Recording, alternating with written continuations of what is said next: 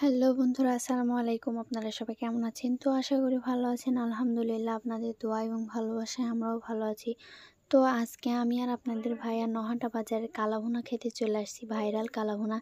তো অনেকে হয়তো ভিডিওতে দেখেন, সবারই, আজ শুধু আমার না, সবারই ভিডিওতে দেখতে পাই যে শুধু নহাটা বাজারের ভাইরাল কালাভুনা খেতে চলে আসে। তাই আমি আর আপনাদের ভাইয়াও এই কালাভুনাটা খেতে চলে আসছি নহাটা বাজারে। তো এসে এখানকার পরিবেশটা অতটা সুন্দরও না, অতটা খারাপও না, চলবে। এখানে আগে মাটিতে বসতে দিত, আর এখন চেয়ার টেবিলের ব্যবস্থা করেছে। আস্তে আস্তে যেরকম উন্নত হয়। আর এখানকার কালাভুনাটা যে এত সুন্দর টেস্টি তা বলার মতো না। আর এখানে গরম গরম ভাত আর গরম গরম তরকারি পরিবেশন করা হয়। তো আপনারা যারা এই কালাভুনা খেতে ইচ্ছুক তারা অবশ্যই চলে আসবেন এই জায়গায়। কারণ এখানকার যাদের খেতে ইচ্ছে না চাইবে, মন না চাইবে, তারাও চলে আসবে। কারণ এখানকার রান্নাটা যে এত পরিমাণে ইয়ামি তা বলার মতো না। তো আমি তো অনেক খুশি, কারণ আমার অনেক দিন থেকে খেতে ইচ্ছে করছিল এখানকার কালাভুনাটা।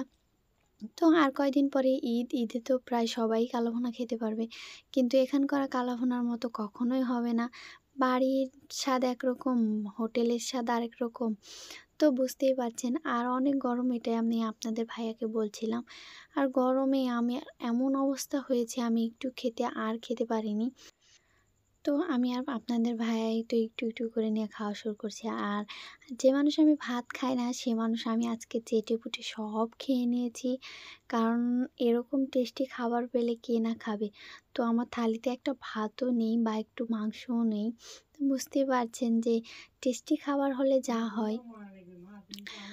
তো বন্ধুরা, আপনারা যারা এখানে আসতে চান তারা অবশ্যই চলে আসবেন। লোকেশনটা হলো নহাটা বাজারে। এসে বলতে হবে যে গরুহাটা যাব, তো গরুহাটাতে এখানে। কিন্তু এখানকার একটা পরিবেশ আমার ভালো লাগেনি, যে এইভাবে হাত ধোয়ার পরিবেশটা। তো এখানে যদি টাঙ্কির কোনো ব্যবস্থা থাকতো, পানির লাইনের কোনো ব্যবস্থা থাকতো, তাহলে খুব ভালো হতো। হচ্ছে রাজশাহী জেলার নওহাটায়, নওহাটা গরুহাট। এখানে আসতে হলে কোন পাশ দিয়ে আসবে? এখানে রাজশাহী রেল গেটে নামার পরে আপনার ওখান থেকে 20 টাকা ভাড়া নেই। নওহাটা বললেই নিয়ে চলে আসবে। তো আপনারা নওহাটা বললেই নিয়ে চলে আসবে গরুহাটাতে, আর গরুহাটাতে আসলে এরকম।